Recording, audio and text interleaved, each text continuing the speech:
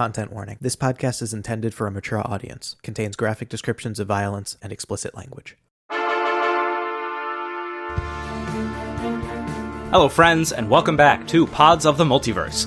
We're an unofficial D&D podcast where four friends play D&D. We're so glad to have you back at the table for our fourth game of Season 5.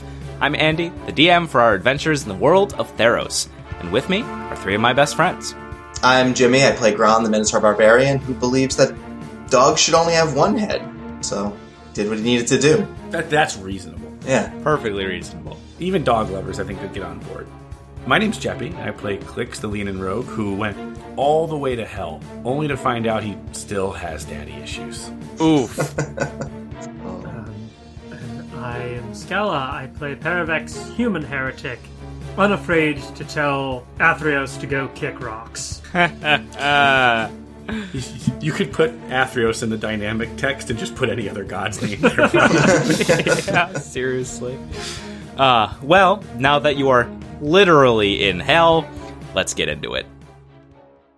A quick recap. After defeating Atris, Oracle of Half-Truths, our heroes gathered their strength before descending into a passage into the underworld. They quickly found themselves on the banks of the Tartix River, besieged by gold-thirsty demons. With the aid of an underworld guardian, a skeletal Phylaskia, they made quick work of the demons. Shortly after, they met with a mysterious voice of silence, an Oracle of Athreos, and were granted passage with their god across the river that rings the world. Along the journey, among curious conversations, Clix spotted who he couldn't help but believe to be his dead father, Lyukar, in a crowd of misbegotten souls along the riverbank of Phyleas, the first layer of the underworld, all but confirming their passage successful. They were then left on the banks of Agonis with a foreboding prophecy. So, Agonis, to some of you, somewhat familiar, a hellscape, epitome of fire and brimstone. You can smell stinging sulfur as you hear distant cries of endless battle, accompanied by the clanging of metal. Ahead, you see an errant, rocky path winding through this arid scene as far as your view extends toward the burning red sky. How do you proceed? Well, path forward is clear. No going back now. Don't love the idea of walking right into these sounds, but it's what's in front of us. I guess I'll start walking. Same. We go. Okay. We do the quest, as Scala has said before.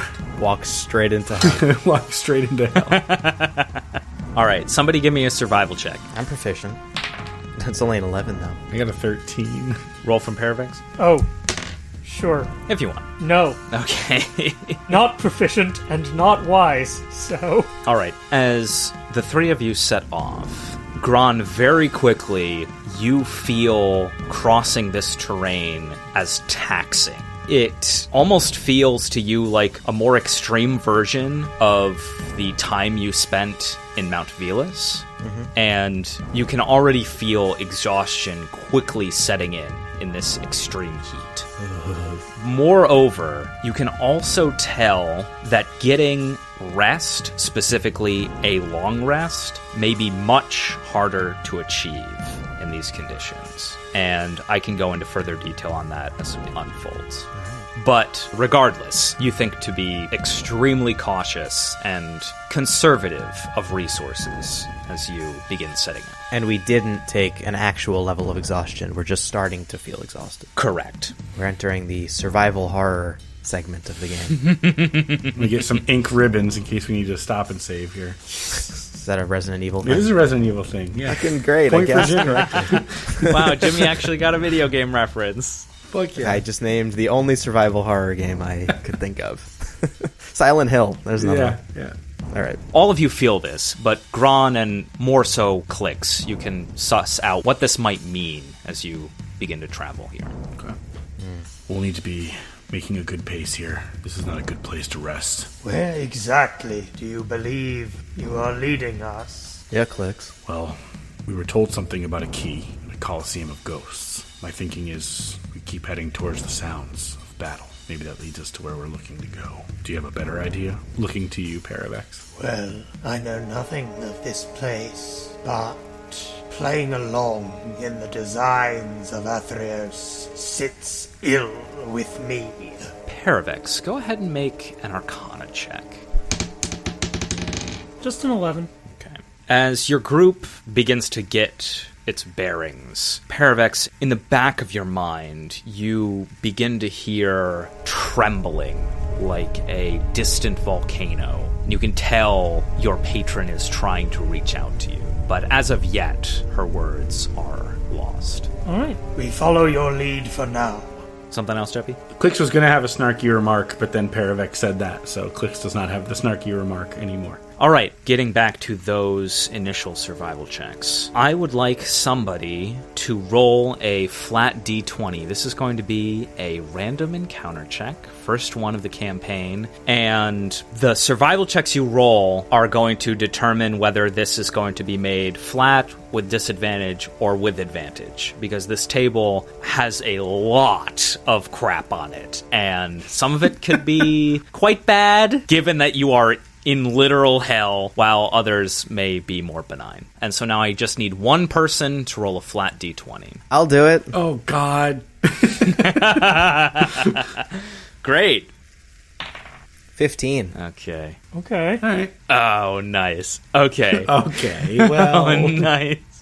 Real quick, before you tell us the outcome, remember, Jimmy Dice doesn't care if it's a low number. It just cares about the worst possible outcome. That's right. No, this is great. Clix, you begin leading the party down this path. And as you're traveling, it sounds more and more like all of these battle sounds and this clanging metal that almost echoes across the landscape like thunder. It's coming from all directions. And all of a sudden, ahead of your party, you see an enormous bridge. And at first, it looks like it is crossing over a river of lava. But in the distance, go ahead and roll perception. No. Yeah. 17. 17 as well. Gron and I share eyeballs for a moment. Okay. Gross. For the two of you, you focus, and this is not burning lava, but a river of boiling blood. And this bridge, which seems to be gilded with gold and other precious metals, appears to be guarded by several figures. And standing in the center of them, a large minotaur with the tips of their horns alight in flame. You are still a good distance away, given those perception checks, but this appears to be the only way forward. Yeah, that was my next question, and you got ahead of it. Are they all Minotaurs? Yes, they all appear to be minotaurs. So it appears like there are 5 altogether. There are 2 and 2, and then a larger one with its horns on fire in the center. All right. And just by looking at them from this distance, can I glean any information about who they may have been in the before times? Before time. Sure. Gron, I'll say go ahead and roll Insight or History. Both not great, but let's see. It's an 11 insight. I'm looking to see possibly what type of Minotaurs these are. On that roll, you do not recognize these as belonging to any clan or group you have ever seen on Theros before. And one more question. Are they very big, or are they closer to my size? They appear to be typical Minotaur size, on the larger side of medium. Got it. Well, I guess we could try talking to them. I can't say it's worked out well for us in the past, but maybe this is a change of pace. Definitely seems different. Yeah, it is a different place. You're right. Looking down at the boiling fucking blood lake. River. Minotaur with its horns on fire guarding a this little bridge. different than usual. This just ought to be easy. All right. I'm going to stow my weapon, make my hands visible, and approach cautiously. As Gron is doing that, did they notice us, do you think? It appears like they have axes drawn at the ready. Okay, I am not going to hide. They clearly know I am there. Never mind. I will call out in Minotaur. Yeah? Hurl! The one in the center scoffs and screams out in Minotaur as well. Well, look at that! Living meat. Where? No. God damn it. No, wait. Sorry, hold on. I don't want to... Gron actually says that. I do want to make that joke, but I don't want to roll deception. I have such a better persuasion. No, that's fine. We're not to a roll yet. Okay. The crowd of minotaurs in front of this bridge begins laughing loudly. The one with their horns on fire shouts again, "Where do you think you're going, living meat?" Well, we thought we'd just cross this bridge. We have some business on the other side. You hear that? He turns to the rest of his companions. This living meat's got business. Another one pipes up. Do you think we should collect our cuts? Maybe they've got gold. Another one speaks. It's been centuries since we had any living meat. I bet their souls taste good. Gron, you're the only one who can understand this, being the only one who speaks Minotaur. Right. I'm going to do a gesture to my companions as to say, hold on, stop walking, don't advance. Well, yeah, we have a little bit of gold on us. How much you want? 10, 20? This Minotaur with their horns alight steps forward about 20 feet from the rest of the Minotaurs. Walking casually, they're maybe 50 feet from you now, Gron. Axe at their side. You don't look like any Minotaur of any clan I remember from the surface. And now you can see that their eyes are a deep, deep red, and their fur matted and torn, revealing several open wounds, some scars, others dried blood. Tell me, how much gold do you really have, living meat? I don't think I'm going to tell you that. Can I just, size them up? I want to just get a sense of, can the three of us... Is Pumice here? Yeah, Pumice is here. I would have had time to bring Pumice back. Can the four of us handle this? So I'm going to go ahead and say you can re-roll either that, insight or history. Okay.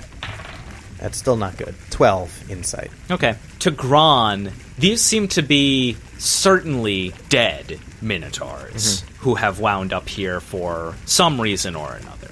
Beyond that, they certainly don't look as tough as Hargot. Well, guess we'll do this the hard way. Gron's gonna put a hand on his axe handle. You know the difference between you and me? I've never been killed. Yes! I love that! Nice. It's fucking great. Damn. We're still at 50 feet? Yeah. Okay. Then I'm gonna charge in, doing that thing where I use my full movement and then use a little bit more movement as I enter my rage as a bonus action. Fucking hell yeah. I'm gonna give you intimidation for that sick one-liner. Excellent. Nat 1. Okay. Because I'm not allowed to have a cool God. moment. Never. Not as any character. If anything, Gron, these words are encouraging to this horde of undead Minotaurs. Let's all go ahead and roll some initiative. Fuck. I think I'm going last. I got a 4. I got a 5, actually. So yeah, you're right. I got a 6. Holy shit. I rolled a fucking this natural game. 1. Can we play a game without dice? So, you're actually not going last. Okay. There was a 1 rolled on this side of the table. We rolled into initiative as I was approaching. Or is it the rage that provoked the initiative roll? I'm giving you your rage as you began charging forward. That's where we're taking initiative now. Okay. Then the leader of this band needs to make a dex save. Okay. Awesome. That is a 9. 9 fails, and he's going to take 2 lightning damage. Okay. As Gron's eyes also glow red, matching these other Minotaur, and a red arc of lightning hits this main Minotaur. Hell yeah. Okay, their leader is up first on a modest 10. Wow. Because that's where these initiative rolls This are. is just a dog shit initiative for everybody. Okay. He sees you begin to charge, and he is going to charge as well, directly towards you, Gron. You see his horns on fire. Nice. It's been centuries since I tasted living flesh. And he is going to charge. Them charging at each other is like the scene in The Matrix where Neo and Agent Smith jump into each other and shoot bullets at each other. I don't know why, that's what I'm picturing. So, Gron, that is going to be a strength save. Okay. I'm good at these. hope that's good enough. 17. So that will pass as his burning horns lock with yours. As he will hit you with a 19 on the gore. And so you are going to take 12 piercing damage, halved to 6. And from the charge, 8 fire damage. You all see this happen as we go to clicks. Holy shit, there are 5 of them and I'm next? Yup. Wow. Okay. Do I have enough movement to get to Gron and get in a flanking position? Yes. Okay, because I don't think hiding on the bridge is really an option. At least I'm guessing. So I will do that, and then let's go ahead and try a dagger. 21 hits. 21 hits. And that is 25 piercing damage. Okay. That's it. I used all of my shit. Okay. Clicks getting in with some solid opening damage. You can see this undead minotaur, the decayed flesh and all of these wounds. Clicks just adding to this. And it seems pretty hard to tell how hardy a foe like this actually is, considering you are in the underworld and this person is dead. Right. But did the blow seem to take full effect? Yes. Okay. All right, next we go to Gron, who is horns locked with this foe. All right, horns locked. I'm pushing against the dirt here. I'm going to, from this position, swing the Blood Axe of Fury Hell yeah. at this Minotaur, recklessly. 28 to hit. Absolutely. Jesus. Cool. Nice. That is 18 slashing damage and an additional 4 necrotic. All right. The necrotic damage seeming to have full effect. Nice. What about the slashing? Are these guys raging? They do not appear to be raging yet. Okay. At least this one does not. All right. Swinging again. Another 19. So that's 28 to hit again. Only 12 more slashing here. Anything else from Gron as you swing in with the Blood Axe of Fury? Does it use uses of my rage to use the Storm Aura effect as a bonus action? I think so, yeah. Because when you use the Sandstorm thing, it was. You can activate the effect again on each of your turns as a bonus action. If that's what it says, then I don't think that requires you to rage again. Okay. So I'm thinking I can just keep doing this, right? I have a free bonus action here. Yes. That would be my interpretation. I agree. Yeah, I think that actually is the best use of my bonus action here. Yeah, another dex save. It's going to be an 18. 18 passes. Okay. But you still take half of 5. You take 2 lightning damage as bronze horns now spark, locked with these flaming horns. These elemental energies being traded back and forth. This season gets more and more metal every episode. Yeah.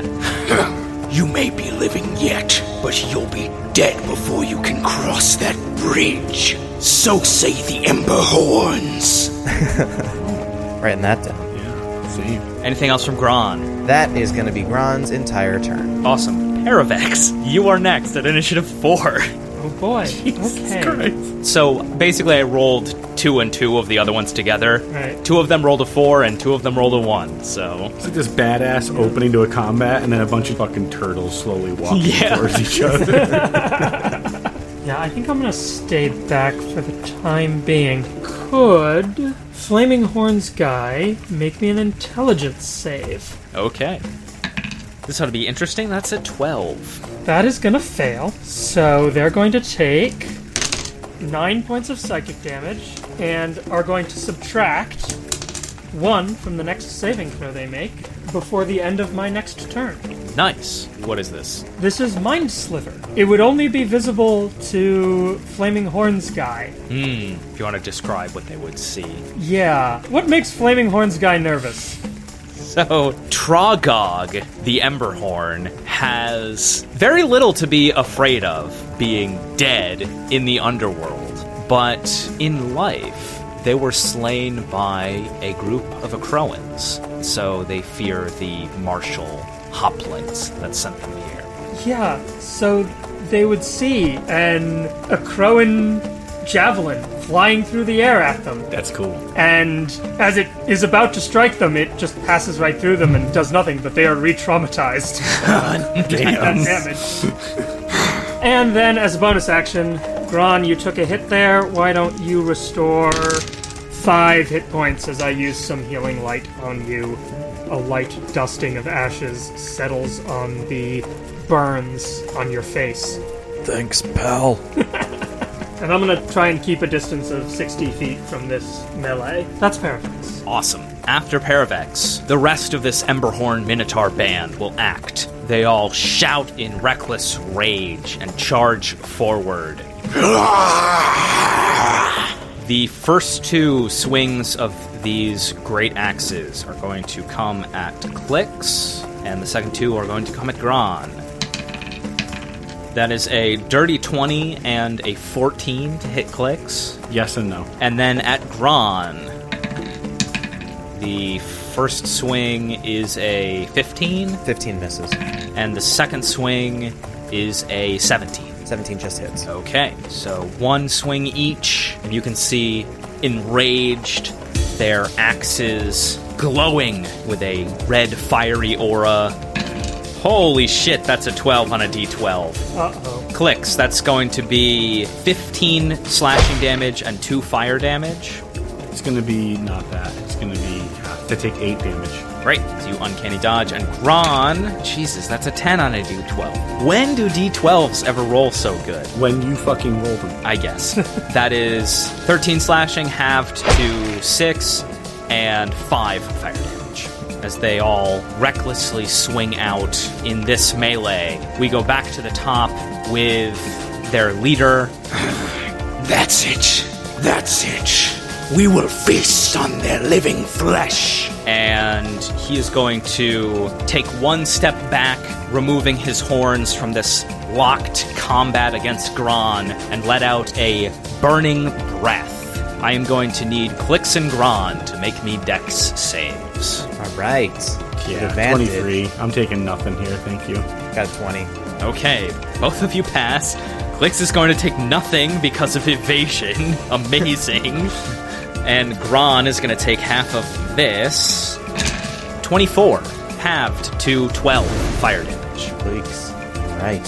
And in addition to just being this scorching breath, it is noxious and sulfurous and hangs in the air after this assault as we go back to Clix. With a little bit more of this combat underway, has it gotten easier for me to get a sense of how wounded the Flaming Horn dude is? Yeah, go ahead and give me an insight or perception. Yes. 11. His wounds definitely appear to be taking a toll. He looks tired, certainly.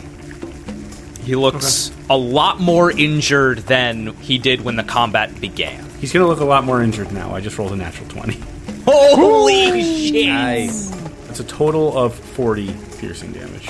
Holy shit! Honestly, a lot of them were dog shit. They got 3 2s and a 1 in there. Amazing. But how many dice did you roll? 2d6, and then an additional 8d6 because of sneak Yeah. attack crit, and then because of Piercer, 1 more d6. So 11d6. So shut up.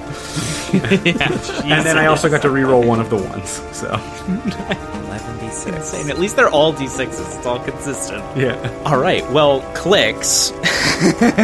I'm going to ask you to paint a picture. Okay. Clicks will scurry up the back of this Minotaur, and then looking to Gron, sorry, I'm taking this one from you. And just jab my short sword into this thing's brain from the top of its skull. Holy shit. Like fucking Legolas and Gimli just constantly stealing from each other all fucking campaign. And then I'll hop off. Amazing. He falls to the ground. Still.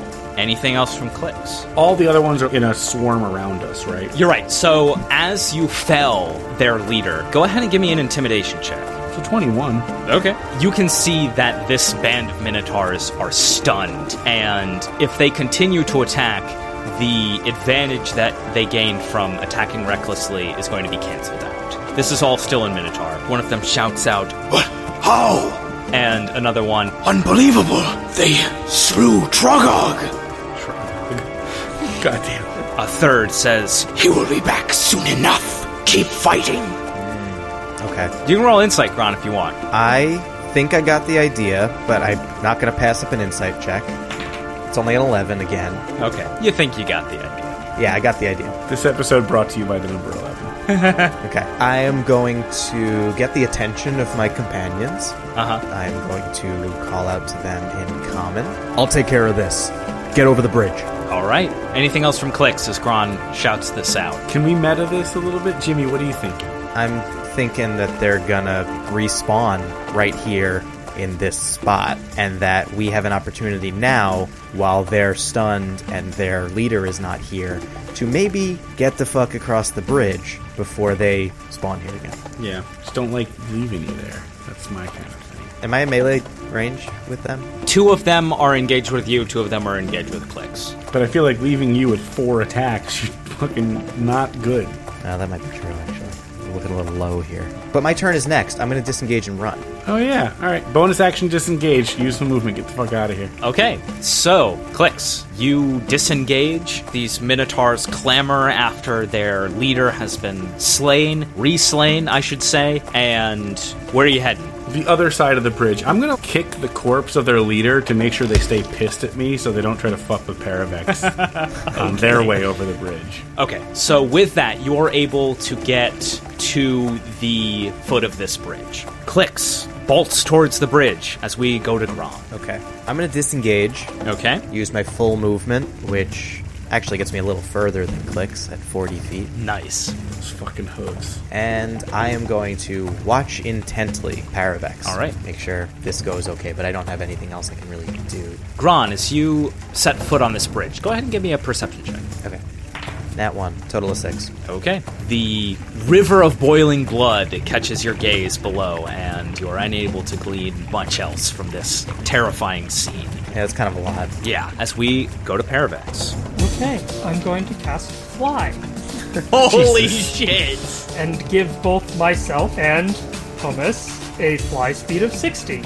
Incredible. As this lion sprouts a pair of feathery white wings, and I am just going to fly over these minotaurs and over this bridge as far as I can get with a move and dash of 120 flying. Fuck's sake. So the fly is a bonus action to cast? No, it's an action to cast, but And then where is the dash coming from? so Pumice is moving and dashing. I see.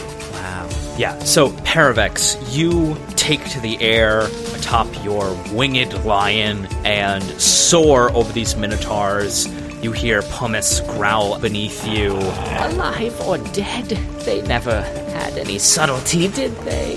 And with that fly speed, you're able to soar over the length of this large bridge and just make it to the other side. Do you stay in the air? Yes, I do. Okay, great. After Paravex, that is going to be the rest of these Minotaurs. They see that the party has begun to run, and they're going to give chase. So the 4 of them are going to charge. 40 movement speed, they're going to catch Gron and Clicks with charges. 2 of them, they were intimidated, so these are going to be flat rolls. That's a 9 from one and a 16 from another. Gron does a 16 hit. No. Okay. Both of those charge and gores are going to miss as they crash into the terrain around the foot of this bridge. The other 2 are going to run forward with their great axes. And Clicks, that is going to be a 19. Hits. And Gron, that is going to be... Jesus. Nat 1. Doesn't hit. It's a grazing blow. Yeah, so Clicks, that is going to be 8 slashing and 2 fire damage. Okay, so you said 5, because I'm going to use Uncanny Dodge. Okay, yeah, cool. All right, at the top of the round, there's going to be a roll to see how quickly Trogog... The Flaminator. Yeah, seriously. can reconstitute themselves. And on a 4, they do not rise. And we are back to Clicks. So the 1 did hit me, so I would have to disengage, right? Yes. We do that. Okay. And then I movement away. We're just going to keep doing this dance, I guess. All right. So 35, you are close to the end of the other side of this bridge. Are you doing anything for your action? Oh, I'll action dash, right? I also can just do that as an action. Thank you, Okay. Scala. I thought we were over the hill of Scala guiding me through my own fucking kit. We're almost there. I wasn't sure if you were doing anything else at the end there. So you make it to the other side of this bridge. You see Paravex flying above you, and you are about 20 feet off of the other side of this bridge. Right as Clicks gets ready to use his action to dash, he'll shout up to Paravex, well, that's a really cool trick, but can you do this? And then just regular dash. Keep running! Run a little faster. Run a little faster. Yeah. Great. That's Gron. Okay, my rage is going to end if I don't attack something. Do you think that this bonus action thing counts as an attack? I know what you want to do, and I'm going to say it probably won't matter either way, but I'm going to spirit of the rule this and say that will work. You are remaining hostile on your turn. Okay. Sparks crackle. The nearest one, the one that tried to hit me and missed. Roll a dex save. Okay, they got a 10. Okay, that fails, and you're going to take 5 lightning damage. Great. Action disengage, 40 feet, run across the bridge. Great. So again, you are right at the edge of the end of this bridge here. You can see Clicks just ahead of you, Paravex above you. As we go back to Paravex. I'm gonna just shoot a chill touch at one of them from up in the air. All right. And they've been attacking recklessly, you say? Yes. Does a 15 hit? 15 just hits. Okay, cool. Good. So that's going to be 14 necrotic damage. And that's it. I'm just going to keep hovering on the opposite side of this bridge, waiting for the rest of the group to get here. Awesome. Now we will go to the rest of these Ember Horns. It looks like they're going to continue to pursue. The 4 of them charge forward. One is going to try and gore Gron. This is with advantage from reckless attack. Probably still hit. That's an 18. 18 hits. Okay. And so that's going to be a strength save from Gron. Okay. Oof. 15. That will actually just pass. Ooh. And from this flaming gore, that is some really fucking low rolls. Holy shit. Good. 4 halved to 2 piercing damage, but then 11 fire damage. Ooh.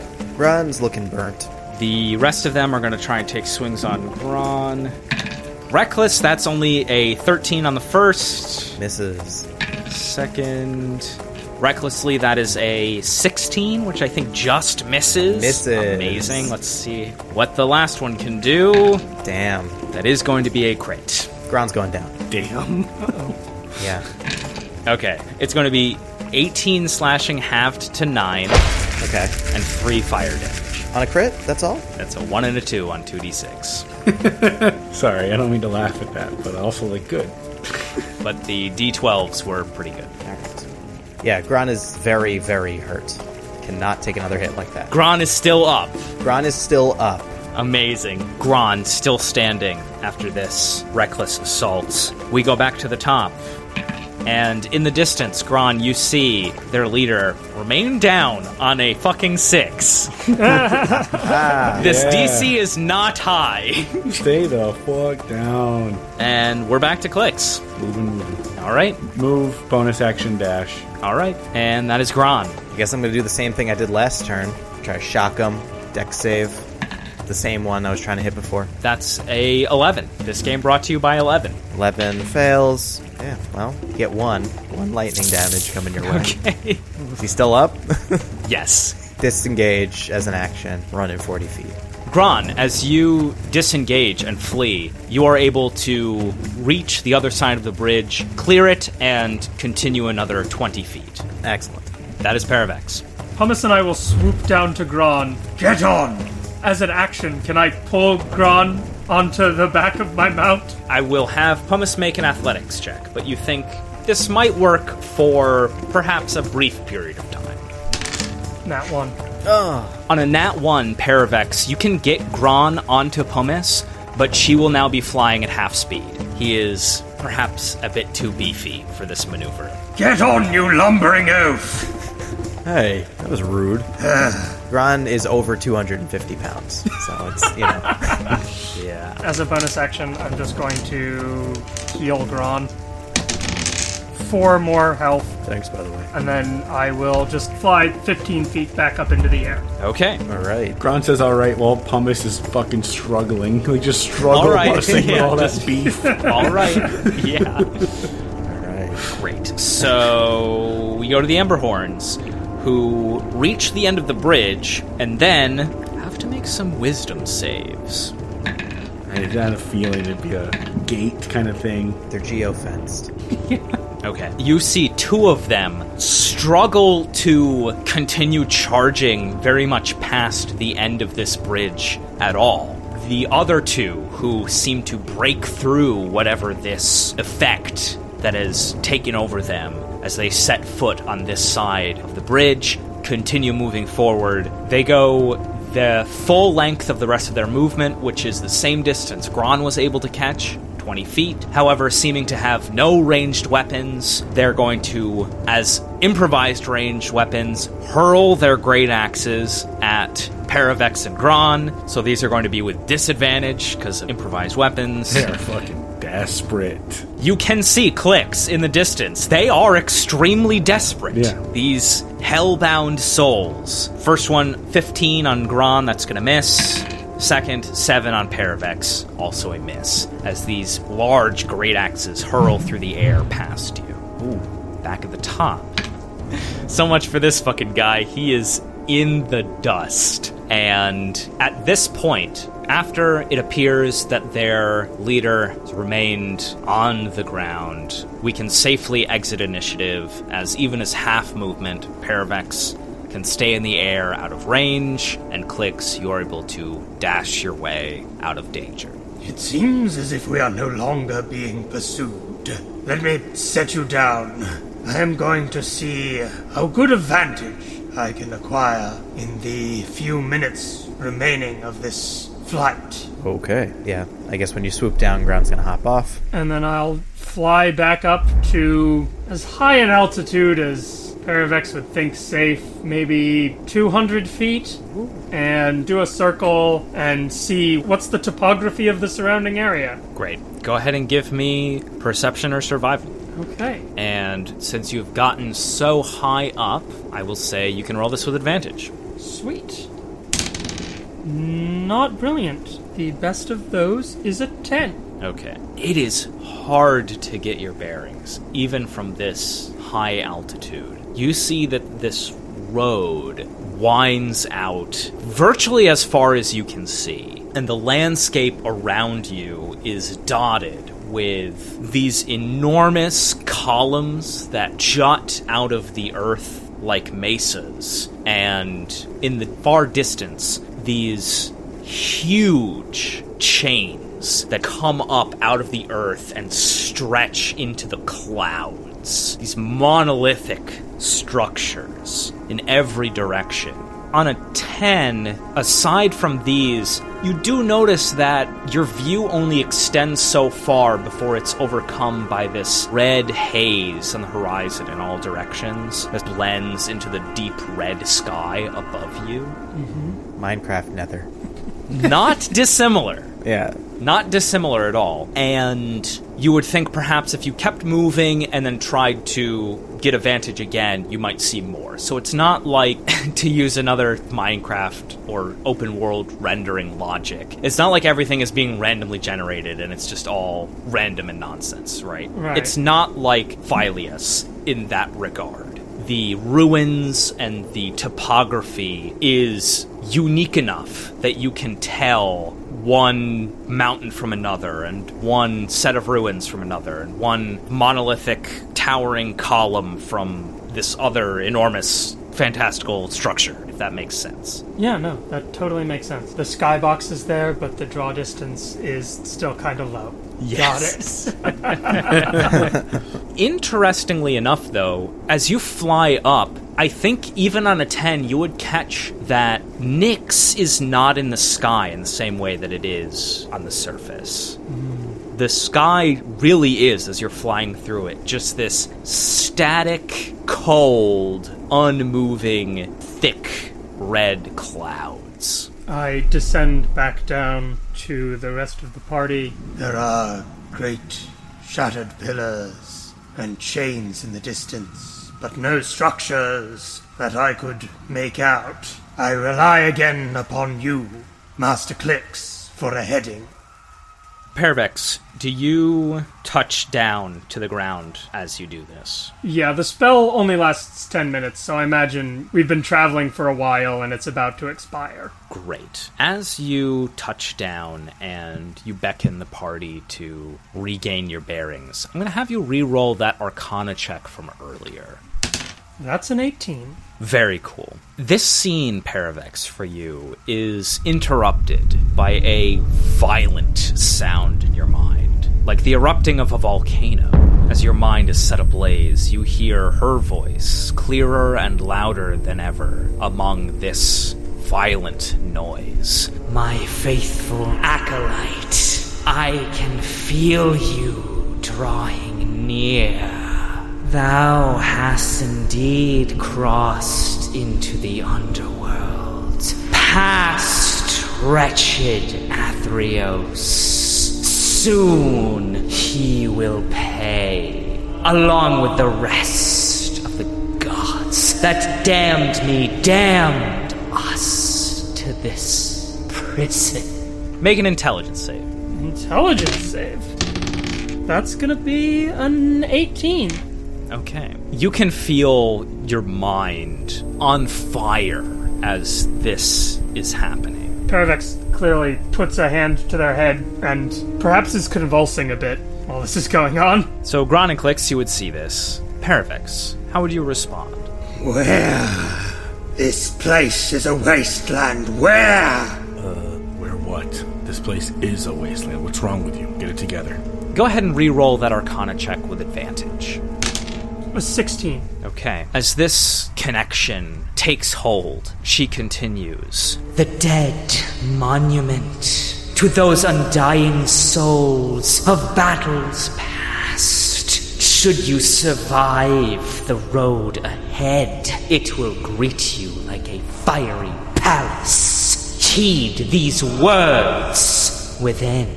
Find the one, my brethren, who stood beside me at the fall of many stars so long ago. Make another intelligence save. 15. You can feel this blazing hold on your mind, almost like a hand is squeezing at your mind as you're able to resist this side effect. Go ahead and give me one more Arcana check with advantage. A 23. Very good. You feel this connection violent but empowering. And as you roll that 23, how do you respond? Yes.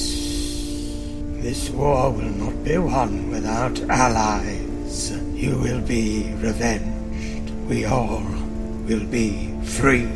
I say, heed my acolytes. He has been called many names by many souls across the ages past. Archon of falling stars, a god of violence. But to me, to us, he was known as the Scourge of Stars.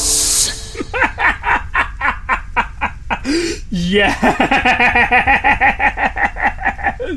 He may test you, but he holds a peace, a key to my freedom without my bonds. Remain unbreakable even beyond our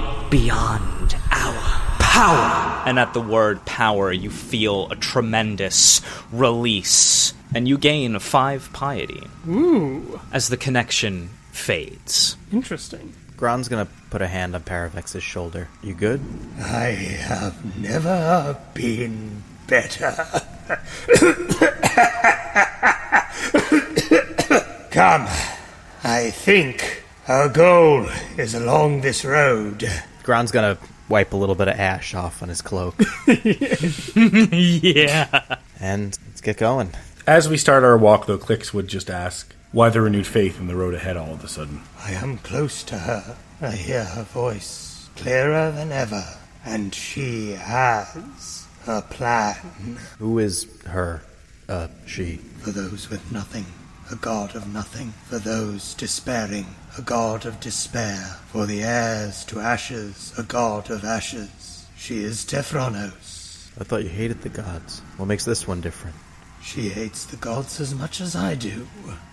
Well, guess I can't argue with that. And you trust this god? I trust her to do what is necessary.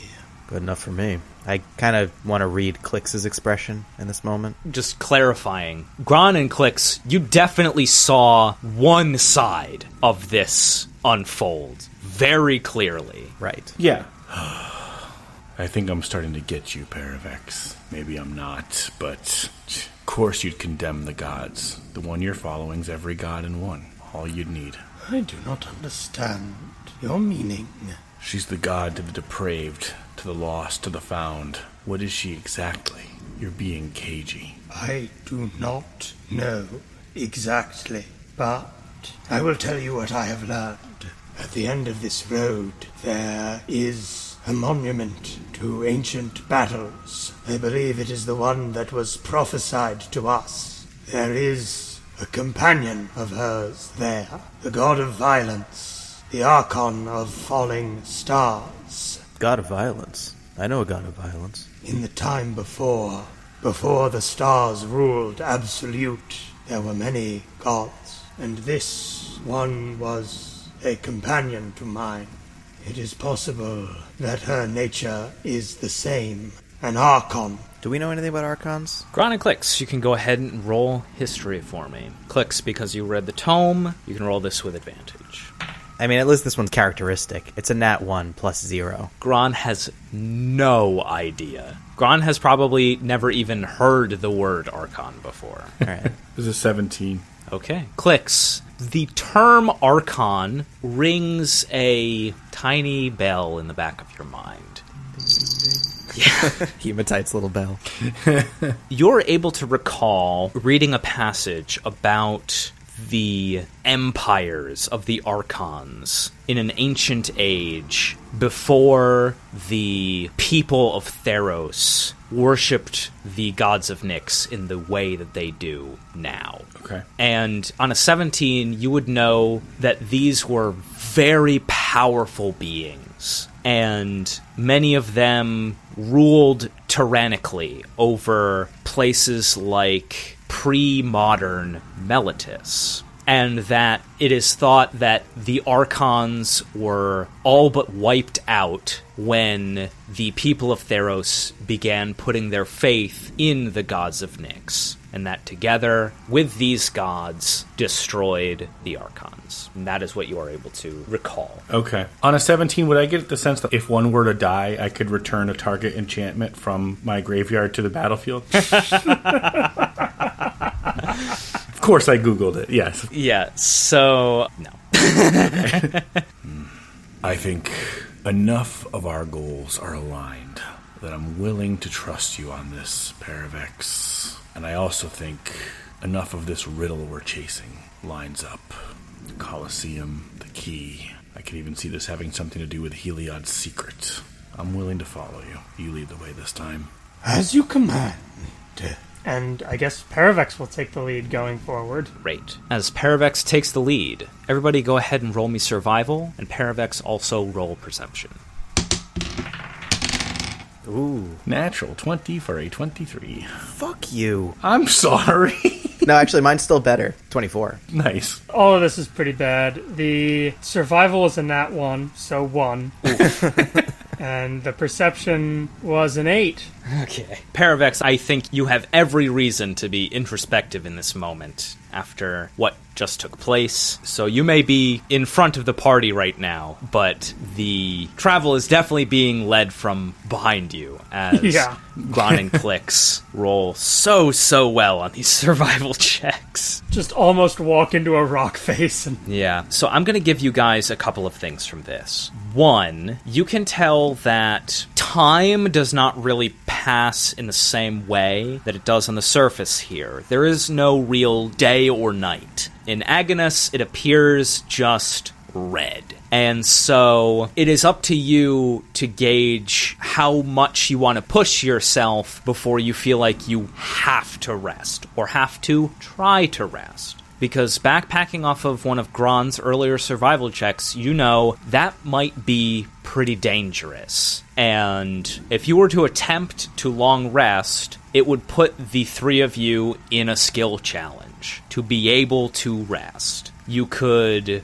wind up in another encounter if that went poorly, or you could wind up not regaining all of your health. You will get back all of your class features if you succeed in resting. But there may be other negative effects regardless of if you make it through a rest. Would short rests be subjected to similar disadvantages? You would think you would be able to try a short rest a lot easier. How are you all feeling? Exhausted, weathered, ready, healthy? Where are you at? I mean, considering we're literally in hell, I guess not that bad. Maybe we could take a rest? I'll take your beat. As you say. So is this going to be a short rest then? Yeah. Sure. Gron, you're the most injured among us? I am the most injured. Okay. Because my spell slots come back on a short rest, I'm going to 3rd level Cure Wounds you before we do this. So you get back 15 hit points from that. Excellent. Thank you. You have taken many blows on our behalf. This is the least I can do. That's kind of what I do. All right. Rolled 4d12. That's a 12. Nice. Plus con, right? Yep. Oh, another 12. Gron's looking good. As you take this short rest, I'm going to have somebody roll a flat d20 with advantage for your next encounter check. I did it last time. Yeah, I'm doing it. It is a 10. Okay. You conclude this short rest along this arid road, and continuing on this path, you come around a bend with these large cliff faces on either side, and in a valley ahead of you, the road winds across this hilly terrain. You can see a large battle taking place nearby in this landscape. Everybody give me perception checks. Jeez, that's my 3rd or 4th nat 1 of the night? Oof. Damn. Not great. Nat 20 for a 25. Nice. 13. Hell yeah. Clicks, you can see some of these figures. They appear to be Cyclopses. And Gron, on your high roll, you can tell they appear to be fighting more Minotaurs. These ones look kind of familiar. These appear to be a large band of Ragegore Minotaurs.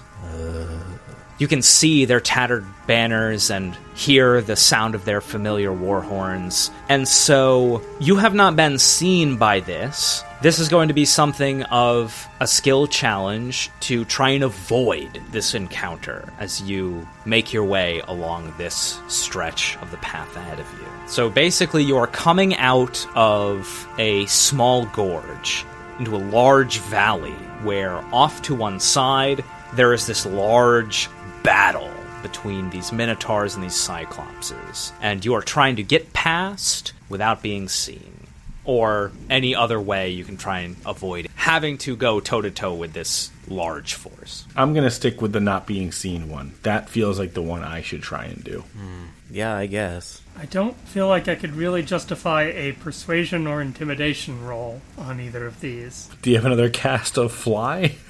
I mean, I do, but that I feel like would be pretty obvious. How much distance do we have to cover? Gron, I'll just use the same perception check you just had. It is probably about half a mile, long enough to mechanically say you would have to have 3 successes to get across. Got it. Well, lead us, Clicks. Show us how it's done. All right, well, keep a close eye on me. And I'm going to try and stealth my way through this. Okay. Keep a close eye, immediately vanishes from sight. I'll tell you in a second. It's not a phenomenal roll, but my mod is insane. It's a total of 18. Okay. 18 from Clicks. I'm going to try and recall some historical knowledge about battles and perhaps people who wanted to flee from battle or avoid battle and attempt to justify a history check here. Okay. That's a 23 history. Benevolent DM. I tried the same shit in Eberron, and Jimmy squashed that down. Well, I'm just going to raise the group cap a little bit on the history, but I will allow it. That is a pretty fucking good roll. 2 of the 3 for the first leg, seemingly successful. What do we get from Gron? Go with athletics. Gonna run. Okay. Seems like a good plan. Just gonna charge. How close do we have to get to these guys? They seem far enough off that if you were to immediately be spotted, it would definitely take them some time to charge after you. Got it. Yeah. Then I'm definitely just gonna run. Okay. It's a 12. All right. Total of 53 on this first leg of this skill-based encounter. I'm now going to roll against that roll a collective perception check from these 2 forces.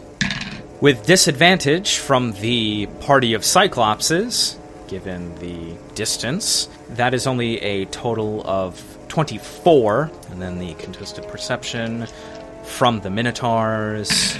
They seem to be paying a bit more attention to their surroundings, but on a 44, your 53 still passes the first leg. All right. That is 1 total success as you carefully trek your way past this scene. Let's have another round. You can use the same or you can use different. If you use the same, it might add to their next bonus. In that case, Click's feeling decently well hidden, so he's going to be a little bit more bold about getting about, and I'm going to use acrobatics to leap and bound on a rock face. I think you mentioned that there were rocks on the edge of this pass. Yes, very rocky, very craggy terrain. All right. It's a 22. You'll love a rogue. It's still a middling roll, but yeah, 22. Now that I've identified a good route, I'm going to roll investigation to see if maybe along this route there are some good places to remain inconspicuous and lay low. Great. But that is only going to be a 10 from Paravex. Okay. Good luck, Jimmy. All right. I'm going to use perception to maybe take some cues from my more nimble companions here. Nice. 12. Okay. Not as good this time. Certainly not as good. 44 total for the contest. Fuck's sake. Cyclops is first. So this is from the Cyclopses with disadvantage. Let's see if they can pull it off. They absolutely cannot. That is a total of 14. Those are 3 D20. That's a total of 14. Wow. Love Cyclopses. And now the Minotaurs. Okay. 32 plus 7. 39. It's not going to do it. Close. Very close. Oofa. Very close. All right, it seems the end of this stretch of the path goes back into some cover. You can see some canyon walls and some higher elevation ahead of you. It looks like it goes out of view of this scene, so it looks like one more leg, and you may be clear. I think I'd rather take the hit, and I'm going to reuse stealth for this round. Okay. Just because the mod is so much better, I'm hoping it cancels out whatever bonus they'll get. You got it. Okay. As high as I can get on a natural 20. That's Oh. a 31 stealth. Holy Christ. shit. Cyclopses can't even hit that by themselves. Single-handed carry over here. Yeah. Incredible. I'm going to attempt to justify an intimidation check. So, you know in A New Hope where Obi-Wan pretends to be a crate dragon to scare off the sand people? I am familiar with the reference. Paravex is going to try and do that. Make some spooky sounds. Try with Pumice to cast an intimidating shadow so that if any of them were thinking about coming over towards us, they think there's a big monster, like a chimera or something. That's a 3 on the dice, so only a 10. Okay. And what does that charade sound like?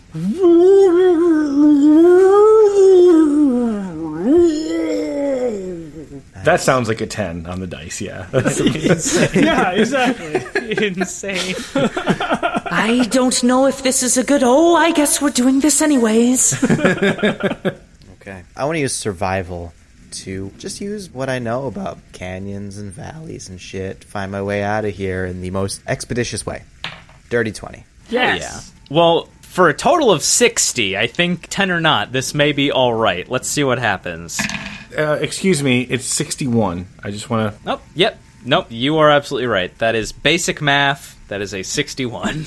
Yeah, 2 of the numbers you had to add ended in 0. I don't know how you fucked that one up. Cyclopses just can't break a 20 here. You can see one of them from this group as they are fighting with these minotaurs, which are a third their size, just looks up at Paravex's display, intrigued and perplexed, their one eye blinking, and then they just turn their attention back to this combat as they smash an entire minotaur with one swing of their club. The minotaurs getting a slight bonus from Clix reusing their skill. However, Jesus, that's a 19, a 17, and a 13. A 51, that doesn't even come close to you guys. You are able to completely avoid the threat of combat here and avoid this encounter. Click somersaults out of hiding and then just does a gracious bow to the party. Good hustle, friends. Thank you. And now in some cover, you see the path ahead. How do you proceed? With a perception check. What else do I see besides path? Otherwise, I'm walking it. Dirty 20. 14. 17. Okay. This elevation seems to continue on for a bit as this path winds through these cliff sides. And you see ahead of you on top of one of these cliff sides what looks to be a collection of ruins in the distance. Errant, collapsed columns, partial walls, and other structures that you can see from this distance. Does that look like where we're going? Perhaps. Though it could just be another ruin. These Gallagher rolls have been so dog shit, so I don't know if this will help, but go ahead and roll insight based on your flyover from earlier. That's a 4. This really does just look like more ruins. This is why I liked Andromedy. You know, I could just ignore the dice twice a day. How far away does this look? I'm sorry, on the perception roll? It's a ways off. You can make out enough detail, though. It's less than a few hundred yards ahead of you. Okay. It's not wicked off the beaten So path. far away. No. It's up a cliffside a ways away from this path. The way I see it, there's no telling time here. Eventually we're going to get tired.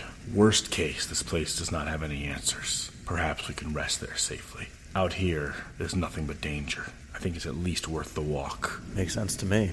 I see no error in your logic. Let us proceed. The three of you approach these ruins, and along the path you come to what is likely the closest place where you would leave the road and try to approach this scene. It doesn't appear that far away off the path, and you would think it would just take scaling up this cliffside to reach it. How would you like to proceed? I'm nimble. I'll go up the mountainside. Okay. Clicks up first. Go ahead and roll athletics. Fuck, it's athletics. No, I'll give it to you. Go ahead and roll athletics or acrobatics. I have a feeling I know which one you're going to choose. I'm really glad I chose that one. It was a 2 on the dice for a total of 13. Okay. 13 will just do it. DC's not very high. You can tell that the terrain here, though, is pretty unstable. It is loose rock face, and as you scurry up, your cat-like form does knock some of these red stones loose, and they tumble down the cliffside onto the road below. One at a time. Loose rocks at the top. I'll go next. Athletics, obviously. All right, Gron's rolling athletics. Could have guessed that one, too. Ooh, 27. Awesome. That beats a 13. Easily, Gron makes it up. Yes. I dig my fingers in and just start climbing up this rock face. My hooves, surprisingly nimble on rock, kind of like a mountain goat. Pull myself up. Nice. Amazing. Should I roll 1 for the both of us? Yeah, you could be mounted for this. It's open enough. Okay. However you would like to proceed. I'll use Pumice's mod since she's actually the one doing the climbing, even if it's a little worse than mine. That's going to be a nat 20. All right, is. there's a good roll from Redemption. Paravex. It's like if you add up all the rolls you've done so far. Yeah. They add up to that nat 20. Jimmy, stop trying to shift your curse onto me. I see what you're doing. I see you. It's happening. It's happening. Pumice leaping from rock to rock. Technically, this one was my role. And the three of you make it up without issue. And you see this scattering of ruins in front of you. Everybody go ahead and roll me a perception check. 10. 19. Not today. All right. Interesting. Gron, on your 10, these ruins themselves don't appear familiar at all, but the way in which they're smashed against this rock face can't help but remind you about how the ruins that you fell down with into Agonis during your conflict with Marukios were scattered on the landscape. Oh. And we get an O from Gron. Paravex, on your roll, you can see that there are quite a lot of markings on some of these columns and surfaces of these walls. Yeah, I'll take a closer look at those. Are they in a language I can read? Paravex, what languages do you know? Celestial, Common, Leonin, and Sylvan.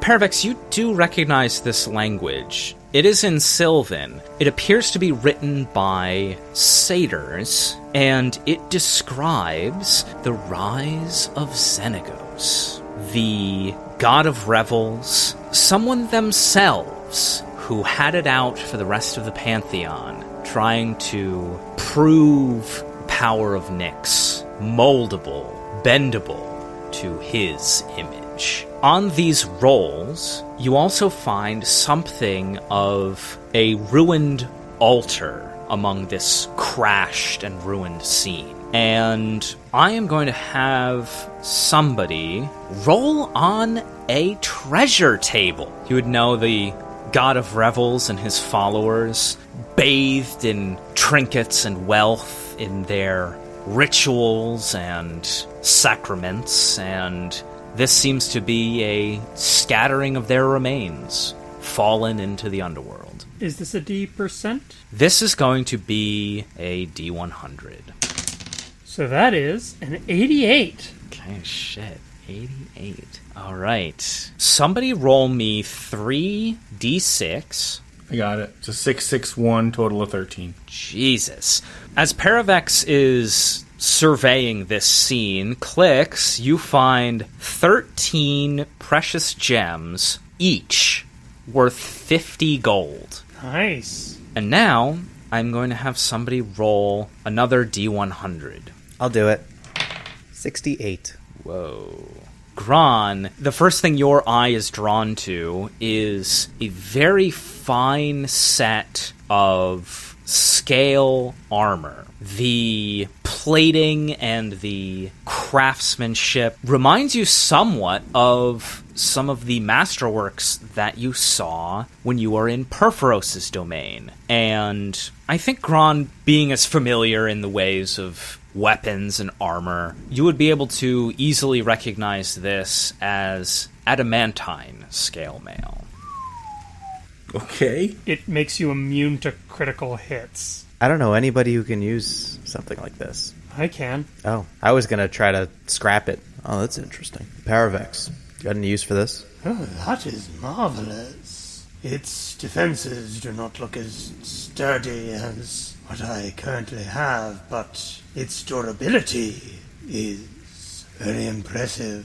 It's yours if you want it. Are you sure you would not want something of that variety? You do take many hits on our behalf. Yeah, but, you know, I'm good at taking hits. Gron gestures to his exposed beef.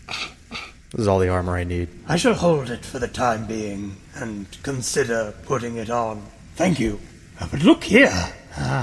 These ruins tell the story of the rise of Xenagos. Such a pitiable tale. Tell me, when you saved Akros from certain destruction, did you sing and dance and make merry in the aftermath?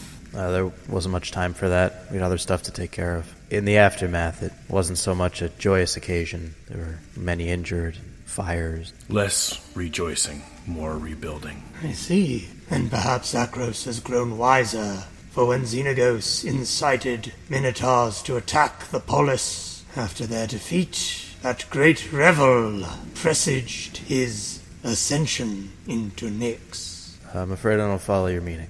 Look here. Gron's going to look up at these words that he doesn't understand at all. As you look up, and as Paravex points these out, you can also see scatterings of the remains of murals that would denote specific moments of this tale. To loosely translate, in the Great Revel, whenever a cup was raised, a cry went up to Xenagos. Whenever a dance was ended, a cheer was raised to Xenagos. And so every revelry was proclaimed in his name.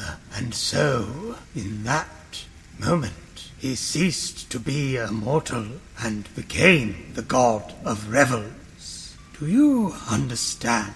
So, a mortal ascended to godhood. Yes, as Phoenix did long before him.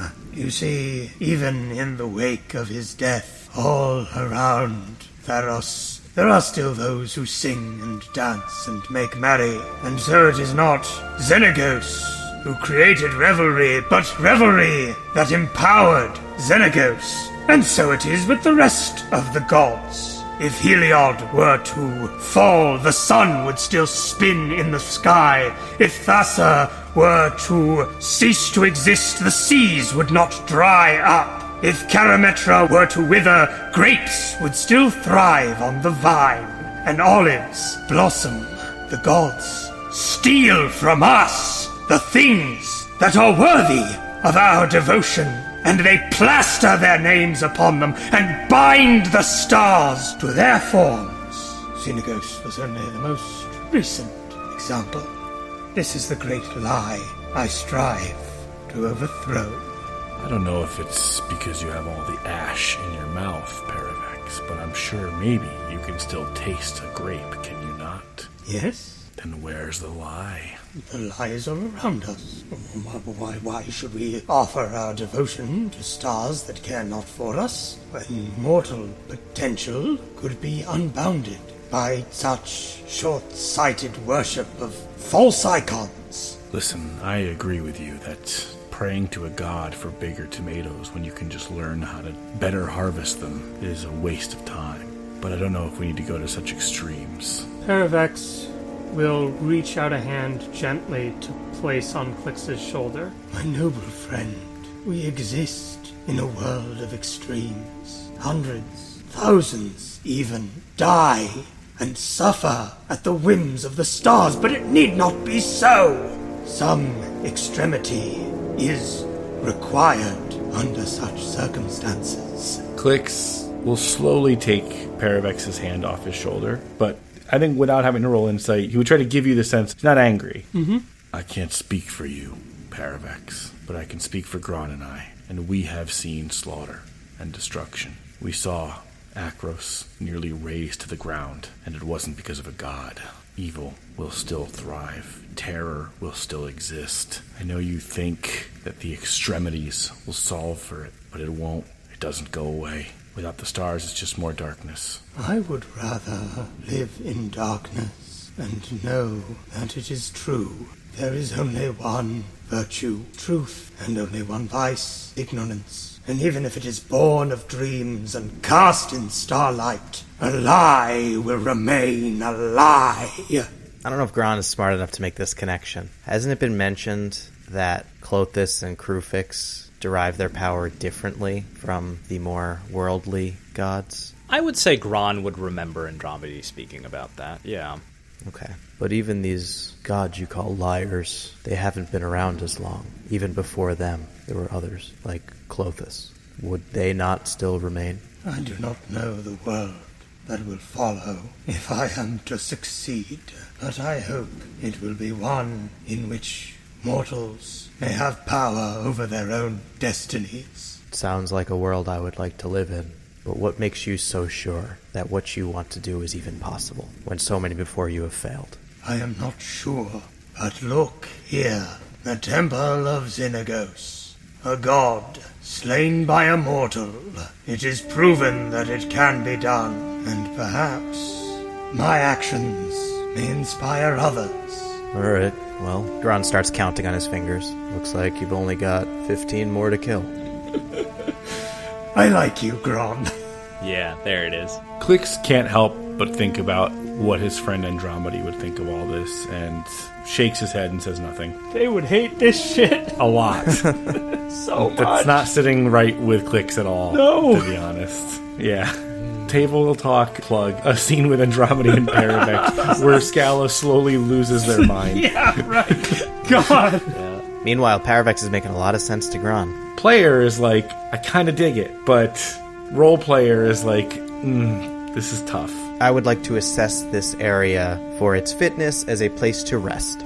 Okay, so Gron, as you contemplate trying to turn this into a camp of sorts, go ahead and roll survival for me. 18. Okay, we are going to use that 18 as the first check of a group skill challenge. Honestly, not dissimilar to how the one you just faced to avoid conflict worked, where you are going to be rolling a collective check, and how good or bad that total is will determine how successful the long rest is. If you outright succeed, then it is long rest as normal. There is a middle value where the rest may be interrupted, and then if you fail, you will not be able to take a long rest here. All you will be able to do is take a short rest, hit dice or no. On a full success or a partial success, you roll a full range of hit dice rather than recovering automatically your total hit points. That is the first big change to how these long rests will operate. The second is, regardless of the outcome of the rest, everyone will need to roll their primary stat. So for Gron, it's Con. For Clicks, it is Intelligence. And for Paravex, it's Charisma, against a madness table, as living mortals exposed to the environments of the underworld. Intelligence. Fuck. So, we've got Gron with an 18. What would Clicks and Paravex like to roll? I'll roll investigation. Dirty 20 investigation. Okay, nice. 15 investigation. Okay. With the threshold of automatic success at a 51, the party rolls a 53. Sweet. Between the three of you, you are able to fashion these ruins into a defensible position, and you think you are able to take a long rest. And so because of that, these watch checks will be fairly benign. Instead, I will simply ask the three of you, is there anything that you would like to do individually while you would be taking a watch? Clicks would just glare at Paravex and just, without actually rolling insight, just be thinking about what Paravex's deal is. But I'm not looking to roll insight. It's more the vibe that Clicks has right now after that moment. Gotcha. Well, you don't want to roll insight, but Clicks, while you're taking your watch, go ahead and roll religion. Nice. Dirty 20. All right. You consider all of the words that Paravex has given you in the short time that you've known them, and you can't help but think about many of the words that Krufix has given you. On that dirty 20, go ahead and roll a d6 for me. 5. Whoa.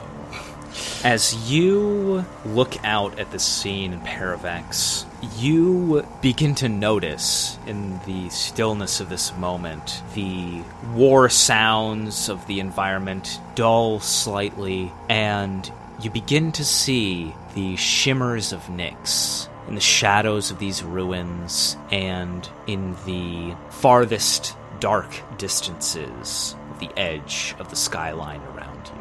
A seeming omen from Krufix. Clicks just bows his head down and finishes his watch. Who's next? On Gron's watch, he's going to think about the conversation that was had. He has been trying not to let his mind rest for too long on Mogus. Redirect his attention away from that anytime that it strays there. But he is going to think about what Paravex said about how they were able to kill Xenagos, and think about what would it even mean to kill Mogus. How could such a thing be possible? Just sit in that for a minute before realizing that his mind has drifted, and try to get away from that thought as quickly as possible. He still very deeply fears Mogus. Sure. I would say roll religion, but you're trying to avoid thinking about these things. So let's call it a wisdom saving throw. All right. I am now proficient in this. Yes, you are. No more tricksters getting to me. That's a nat 1. Oh, no. Holy The nat shit. ones know exactly when to come in. All right, well, this may or may not be foreboding then. I'm going to have you roll a d6 as well. It's also a 1. Amazing. Gran, you try and avoid best as you can thoughts of Mogus as they enter your mind, and suddenly you reach up towards your nose and it's bleeding, and you try and wipe it away and it keeps bleeding, and all of a sudden it's pouring all over you, and you look down and you try to wipe it off of your fur on your chest, and it's taken the shape of a large bull's head, and you try and wipe it off, but it just won't come out until suddenly it's gone. Message received. Anything from Paravex? Paravex would look around these ruins and see perhaps if there was anything they missed, and see if any part of these murals or this story talks about Xenagos' fall. I know exactly what you're looking for. Yeah. I'll roll investigation if that's alright? Yes. It's only a 7. If it's there, Paravex doesn't see it. No, I know what you're looking for. I'm going to say go ahead and roll investigation with advantage. Okay. We moved it from a 7 to an 8. It's not meant to be. It's not meant to be. In the words of a wise PC. Paravex searches on a hunch, a feeling, an intuition. Certainly not an omen from any god, but alas, perhaps scratched out by the destruction or absent entirely. They are unable to satisfy this hunch. We're going to save that for a table talk. Mm-hmm. As the three of you complete your first long rest in the underworld, go ahead and roll your full hit dice pool. Okay, I'm good. Yeah, I had 3 missing health. I didn't even roll. I'm just assuming. Same. This is mostly for Gran. Yeah. Gron. At this point, after that last short rest, I'm only 19 points down. Okay. All right. So, These set of mechanics not too testing at this point. not yet, no. Well, let's roll this fucking madness check and see what Exactly. happens. That's right. The three of you, waking from your rest, will now roll a madness check. As I roll intelligence. Saving throw? Yes, these are saves, using con, using intelligence, using charisma. Oh, they're saves. I'm Yes. proficient in intelligence saves. Either way, That means you add your proficiency, Jeppy. I know, yeah, I found that out when I started playing the game of Dungeons & Dragons. I'm an expert. Okay, I got a 16. Okay. Total of 15. Ooh, 26. All right. The three of you feel the time weighing on your minds the longer you spend in this layer of the underworld. Twitches and whispers. You can't help but feel deeply uneasy waking from this long rest, each in your own personal ways, perhaps manifesting in tick of irritation or a turn of paranoia from time to time, but staving off the effects for now. The three of you pass. The next time around, the check increasing by 1. Let's go ahead and close out this section with one more set of survival and encounter checks. Nat 20, 25. Just a 5. Natural 1 for a 4. Incredible. Clicks is still really bothered by the conversation last night. A lot on his mind. Somebody please roll me an encounter d20 with disadvantage. Paravex, you want to round us off here? All right, fine. I've been rolling so well tonight. Yeah, I know. And this one with a disadvantage, so. Okay, yeah, that's gonna be a 2. Oh, no. Very, very good. I can tell you, the bottom end of this table are absolutely the funnest things. Oh, Lord. As the three of you set off along the path you have been traveling, who knows how many hours, how many days now, in the distance behind you, at first it sounds like rumbling, like thunder or maybe a distant stampede of some kind. But it is quickly getting louder as you're in this semi-mountainous terrain, the path winding into something of a gorge in front of you. From behind you, you see, tearing over a cliffside, an enormous chariot pulled by a gargantuan anvil-wrought bull. Oh, shit. Several satyrs, half falling out, some atop this tremendous engine, some shouting from the top of the anvil rot. You quickly find yourselves in a Fury Road chase. What? So you see this thing approaching fast in the distance. What do you all do? The quickest perception check possible. Do we have anywhere to go? Go ahead and roll perception. I'm gonna roll that too. I definitely know something's coming at us on a 2. Yeah. Anybody else? 7. Okay, 12. All right. You're in this narrow canyon of sorts. I mean, well behind you, it was less mountainous and elevated. But ahead of you, this is what you see for now. And how far away from the chariot are we? On that roll, it's hard to say. It appears to be moving very fast and is within maybe a few hundred yards. Okay, start running, I guess. Yeah, that's probably going to be it. Running away from it? Do you want to charge it, Gron? I'm thinking if they haven't seen us yet, maybe we can get out of their path, run to the side. We can try and scale the walls, but we got to start doing that now. And I guess we can then roll initiative, DM? Is that what you guys are going to do? Yeah, sure. All right, let's go ahead and roll some initiative then. 18. Nice. 21.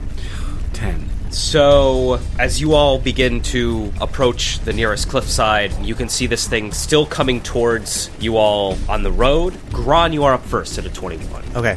I'm gonna get to the nearest wall. How much movement is that gonna take? Virtually none. Okay, great. You're there. Tell me what you do. I'm gonna try to climb up this wall. Does it look very tall? Yes, these are quite steep, and looking at it, it's more than a few stories high. Okay, well, I'm just gonna dig in and start climbing. Got a climbing speed of 20. You're using your movement to climb 20 feet up. What are you going to do with your action? I would like to dash for my action.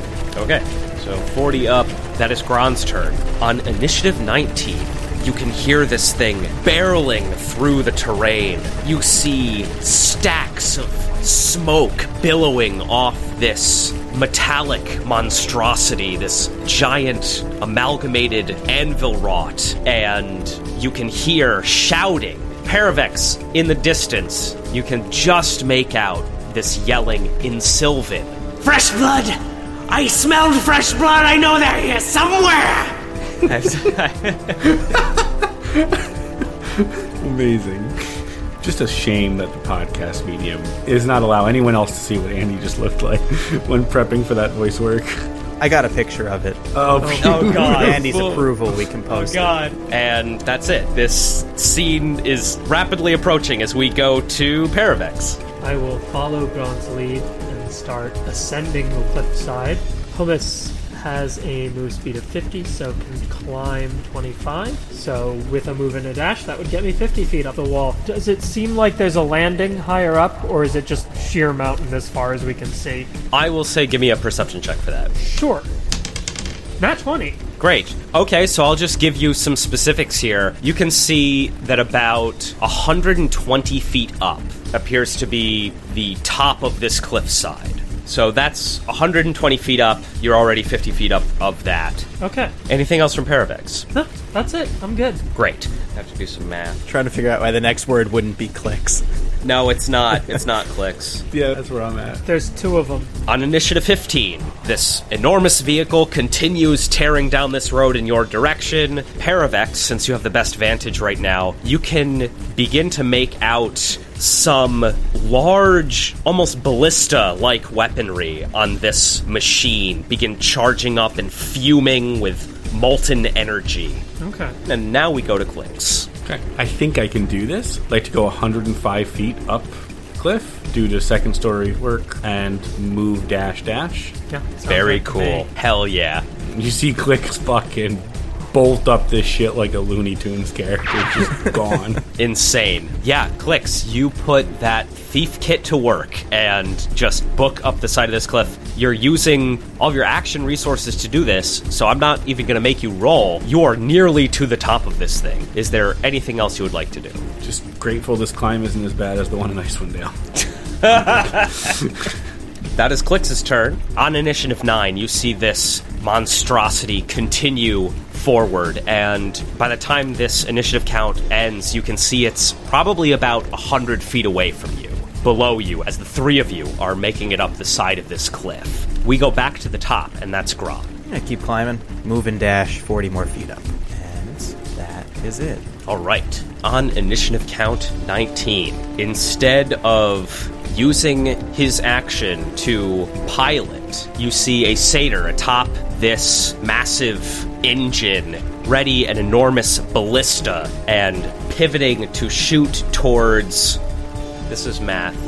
That it still might just be out of range. Does 100 feet over and 50 feet up get 120 feet at an angle? To my math, that's 110 diagonal. Damn. Okay. Well, that's less than. So that would be within range, no? Oh, yeah, no, that's right. Right, so you have 120 range, right? Yeah, so. okay, no, so that's right. Okay, thank you. As he lets loose a molten cannon towards Paravex. Paravex, I'm going to need you to make a dexterity saving throw. Well, I got a nat 1, but Pumice evades with 18, hopefully. Or 19, excuse me. Okay, I was going to say, actually, the 18 was just going to fail. The 19 just passes. And I'm going to roll these on Google. Paravex, you take 32 fire damage. Oh, fuck off. Sorry, Paravex. Damn, Jesus. Fuck. And I am going to need you to make a strength save to see if you can hang on. Okay. Nat 1. Paravex begins falling down the cliffside. So now I feel like it's a dex save to see if you... Can grab onto something? So, Paravex, at the beginning of your turn, go ahead and make a dex save. Okay. No, it's a 6. So, Paravex, you fall back down to the bottom of this cliffside, prone, taking 14 bludgeoning damage. Clicks and Gron, you both see this. Oh, shit. This is bad. Yeah. I'm just gonna cast Fly on myself Okay, and fly back up 60 feet. all right. And as a bonus action, I'm gonna spend a lot of my healing light dice on myself. And heal myself for 23. Pumice will continue to move and dash, so she is 50 feet. 50 more feet. 50 more feet up Okay, the side so of she her. is now 100. Okay, so Paravex, after taking this massive hit, you quickly recover, you cast Fly, you're shooting up this cliffside as your healing light surges through you, restoring some vitality as Pumice continues up the side herself. That's it for me. As you finish your turn, it's back to the engine. You can see it uses this turn to continue moving. It is now more or less directly under your party. It is about 40 feet off to the side still, as you can now see all of this smoke and immense heat billowing off of this machine, this amalgamated anvil-wrought monstrosity. That was its action, and we go to Clicks. There's just nothing in my kit to help anybody.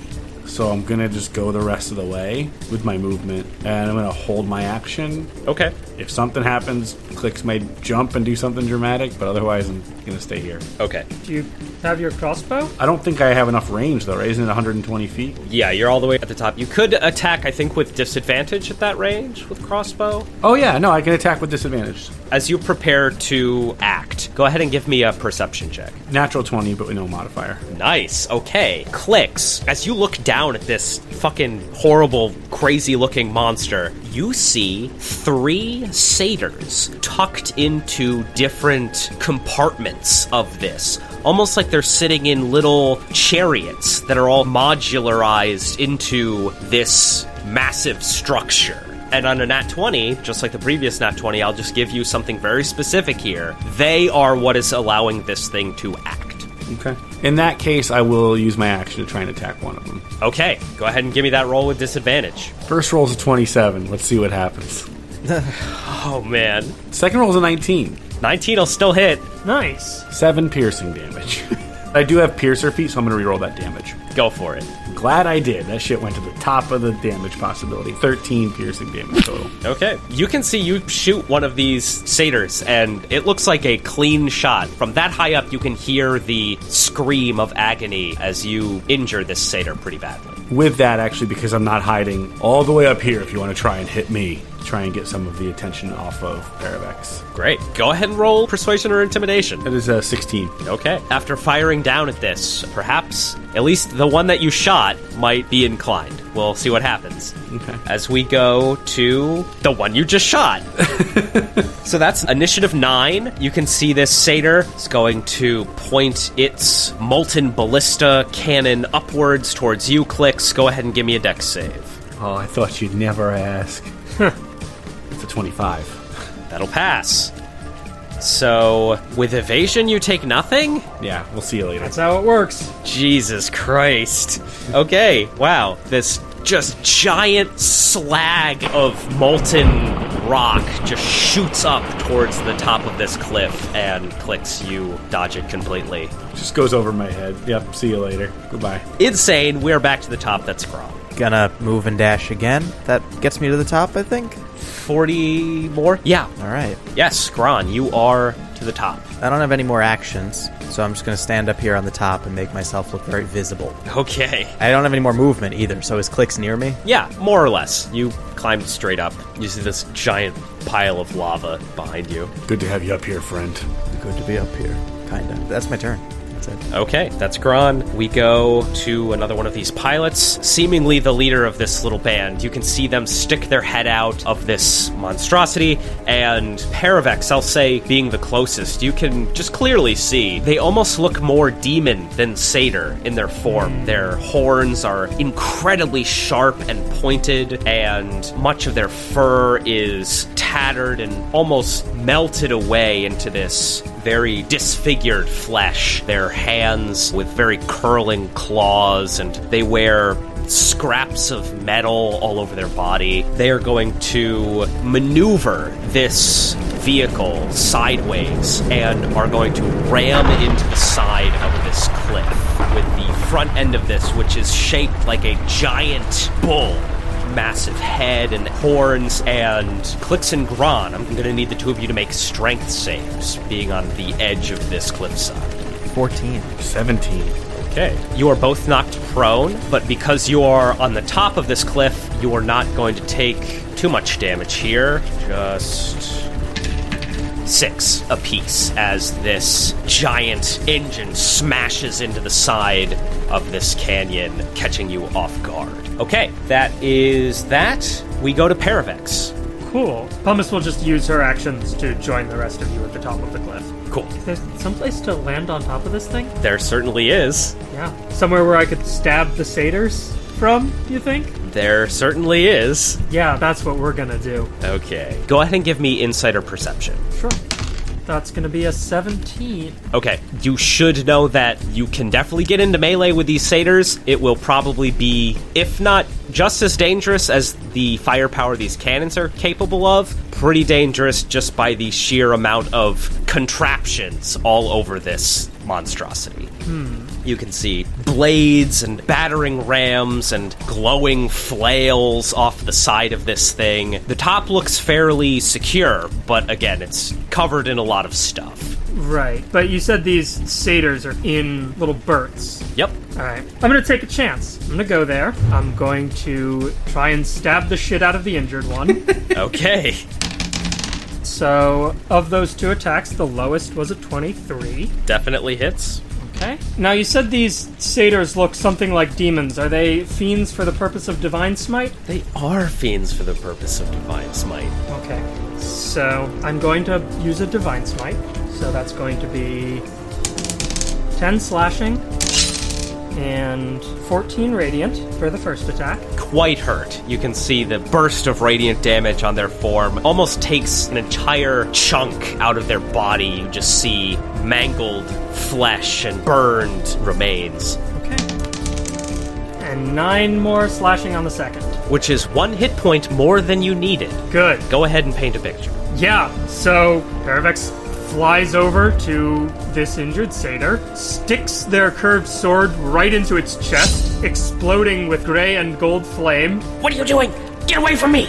and then yanks it out and just Do you know how long it took us to build this thing? plunges it into the thing's skull, and then just shoves its dead body to the side and scoots into its little cubby. Amazing. That's my turn. You can see the other two from behind the scene look towards you with a mix of mania and concern in their faces. That is Paravex. We go to another of these pilots. Paravex, you see they climb on top of this engine, coming towards you. They pull off the side of one of these amalgamated contraptions, a large flail, and because it's no longer attached to the engine itself, it is going to use the satyr's attack roll, which is far less than the engine's saves, but the weapon itself still quite powerful. Here we go.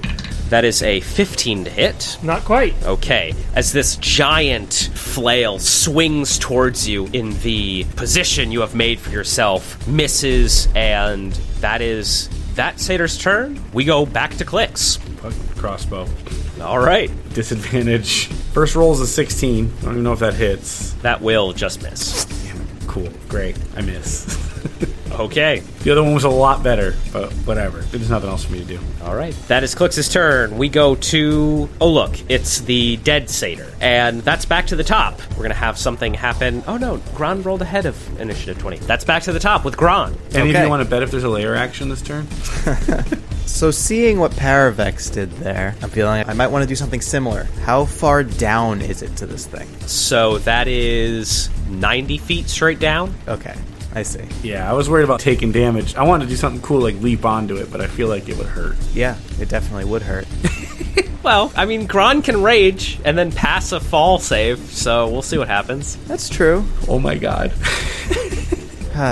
Yeah, Gron can do that. Gron's gonna rage and jump down onto But this yes. machine. Absolutely. Good. Yes! Oh, man. All right. He sees Paravex down there struggling it out with this satyr, and, you know, from up here, weighs the distance, have to throw a javelin with disadvantage, so just forget all that, jumping down. I do want to try to get close to one of these satyrs, if I can almost land on top of one of them. Gron has had great success landing on top of enemies That's before. true. Yeah. That's true. You rage, you jump. Go ahead and give me a dex save. Cool. Oh, I rolled 2 3s, Oh, no. which is only a total of 6. Yeah, no, that's not going to help. So, of 9d6... No, wait a second. Wait.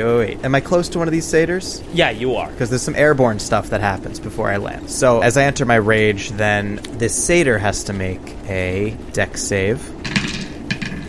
They didn't do much better. That's a 12. 12 doesn't pass. And, well, the satyr only takes 2 lightning damage. But Okay. it's still pretty cool, I think. Yeah, absolutely. So cool. Okay, now I'm ready for the fall damage. Gron, you take 36, halved to 18 because of rage. Ah, nothing. That's nothing. Yeah. That's a rounding error. And I think you still have a whole action. I think I do. Did I land prone? Yes, you did. Okay. Well, anyway, I'm going to pick myself up real fast and try to figure out if I want to just go straight in with the maul or if I want to try to throw this guy off of this machine.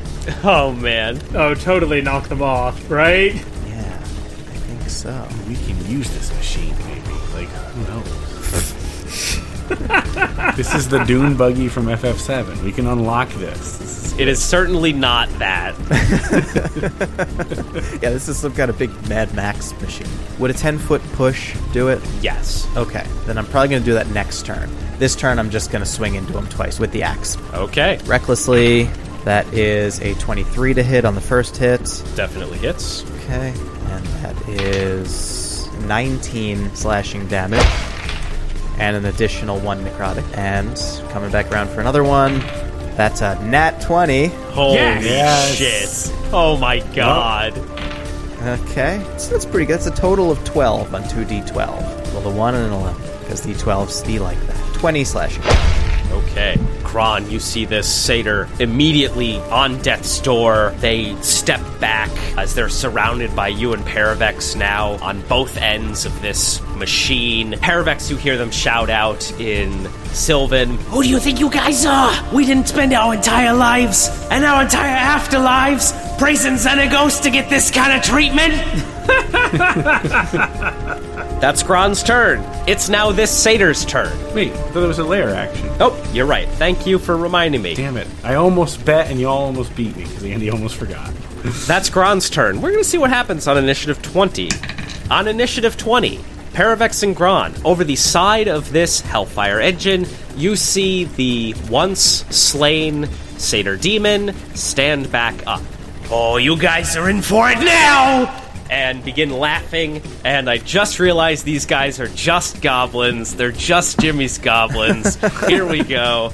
And that's now back to the leader, who is going to take one of these flails, swings this enormous flail, crackling with lightning energy at Gron. That is a nat 20. Uh-oh. Did you roll with advantage? Not that it matters.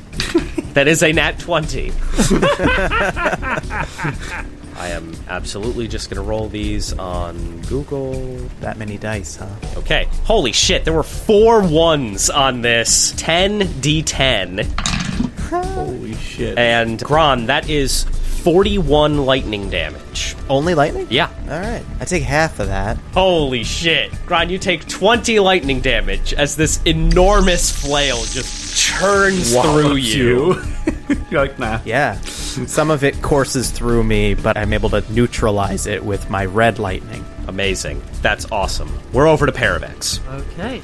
Well, I am going to take a stab at this satyr. The first one is a 27 to hit. Definitely hits. Minimum of 8 slashing damage. More than enough. Okay. Yeah, I continue to steal valor from the barbarian. Gron's cool with it. You are large. You make a good distraction. I say over the satyr's shoulder to Gron as I slip up behind it and cut its throat with my curved Amazing. blade. Hell yeah. So good. That's great. I have an extra attack because of Thirsting Blade. So there's still one up here with you. And actually, this one is still up here too, but he's dead. As you go to invoke this Thirsting Blade for your extra attack, you can see it begins swirling with this gray ash from the fresh kill of the blade's edge. Does an 18 hit? 18 hits. Okay, so that is going to be 14 slashing damage. Awesome. Solid hit into this third foe. Anything else from Paravex? I'm good for now. Okay. It is this third satyr's turn, looking a little bit injured. He hops back into one of these pilot seats. Oh, forget about this. And he is going to drive the engine back into the wall to try and knock Paravex and Gron off. I'm going to need the two of you to make dex saves. And Clicks, up above, I'm going to need you to make another strength save. Do I have any benefit to this because I am flying and am not necessarily bound to gravity? That is true. Are you still in the air? I would have had to, because I killed the one satyr and I went over to the other one. Assuming there's some distance between these three. There is. I'm going to say, Paravex, since you're in the air in this scene, I'm going to have you make a dex save with advantage. Either way, you're not going to be knocked off, and then you could still take some damage, right? Some of the spiky bits. Yeah. 17. Okay. Nat 20 for Paravex. Incredible. Yeah. With advantage, 8. Oh, no. no. Okay. So Clicks up top, you only take 2 bludgeoning damage. Paravex, you're going to take half of... The stat block's insane. You guys want to look at it after? It seems fucking ridiculously hard to manage, but fun. This is definitely the secret boss of this campaign that you guys just decided to fight. So here we go. Do not forget to roll investigation to loot the body after we definitely kill this. By the body, I mean the whole construct. You're going to take half of 21 slashing. That's going to be 10. And then Gron, you're going to take 21 slashing, so halved to 10. But you are knocked prone on the ground. So I fell off. You fell off. Oh, so you should actually take a few more d6s, plus an additional 8 halved to 4 as you fall prone on the ground by the side of this monstrosity. Gron's fine. He's doing great, but he has taken a lot of damage in the past round. You can see one bead of blood streak down Gron's forehead. He's under half, which is still a lot. Wow. As we go to Clicks. Can I use my movement to run down part of this cliffside and then jump from there to mitigate the fall? That sounds rad as hell. I'm going to let you do that with an acrobatics check. Yeah, not a problem. It was a middling roll, but with the mod, it's 22. Absolutely. Yeah, and with Thief, you can just run down the side of this. Cool. I'm going to use all my movement, 35, so that would bring it down to 66. I'm also going to bonus action dash, so that brings it down to, what's that, 7? That brings them to 2d6, and then I'm going to jump on the top of this thing. I'm going to jump and land near the last remaining one on the top level. You got it. At 20 feet, do I need to do any dex check or anything to land smoothly? Yeah, go ahead and give me a dex save. 21, I'm good at those.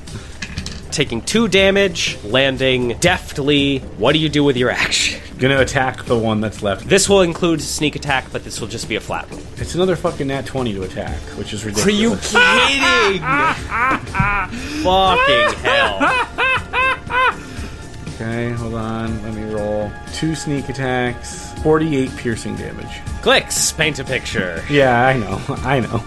Clicks lands and then immediately draws his short sword and just, in a deft circular swoop, completely bifurcates at the knee this satyr. The knees and below just gone from its body. Insane. Slumps over. And then Clicks would just look up to Paravex. I couldn't let you have all the fun. Very cool. That's going to be the satyr on the ground. Satyr on the ground is going to spend his action climbing back up and is now going to get back into its pilot position. Spent its action to do that, and that's his entire turn. And we are back to Gron. Okay, if I climb up, how far is this guy from me? I mean, you would basically be standing next to him. You wouldn't be able to get down into his space where he is, but you could be standing over it. And am I close enough to make some attack rolls? Yeah. Great. Then that's what I'm going to do. This poor fuck looks up and just sees a giant axe. Yeah, I'm going to climb all the way back up this thing, locate where this satyr just positioned himself, and bring down my axe on him, recklessly. Awesome. 21 to hit. So that's 15 slashing damage, and an additional 3 necrotic. Okay. Doing it again. Chop, chop. 27 for the next hit. Absolutely. And 16 more slashing damage. Still up, but already just as hurt as he was not long ago. You can see the demonic form of this satyr already beginning to get hacked away. Alright, I have a bonus action. I'm going to zap him. Dex save. Okay. Is that a 6 or a 9? Nope, that's a 6. 6 total? I mean, he doesn't add 9, so... That is a 9. Yeah. That's 3 lightning damage. Awesome. Initiative count 20.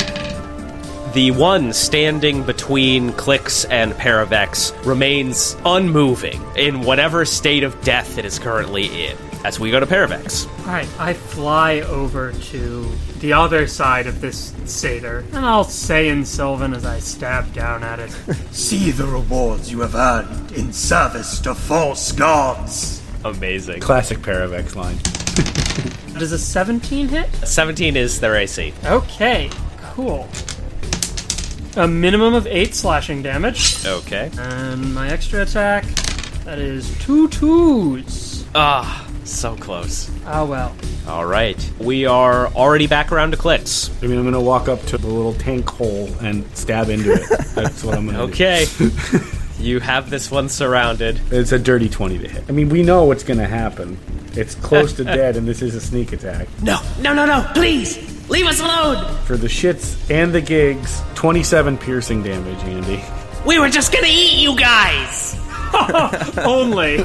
Right as they finish guys, Clicks just brings down his sword into the middle of this thing's skull and ends it. Absolutely done. Anything else from Clicks? No, nothing else for me. I'm going to say, Clicks, before you finish your turn, go ahead and give me a insight or perception check. Good. Equally shit.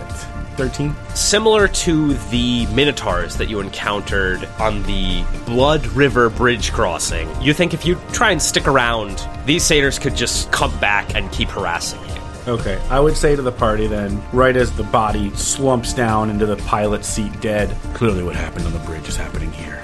We need to make ourselves scarce. We cannot leave them this engine to pursue us with. We could smash it up. On 3.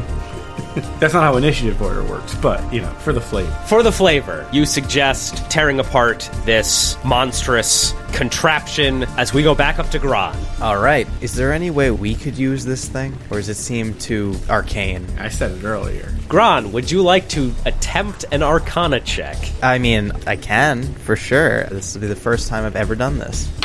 It's a 5. You have no idea. Okay. Gran, to you, some of this stuff looks like it might have come out of one of those places where you met Perforos. Okay. You don't know how any of that stuff works. You see some stuff that looks like weapons, but they're all attached to this thing in odd ways. You have no idea. Yeah, complicated shit. I have one more question.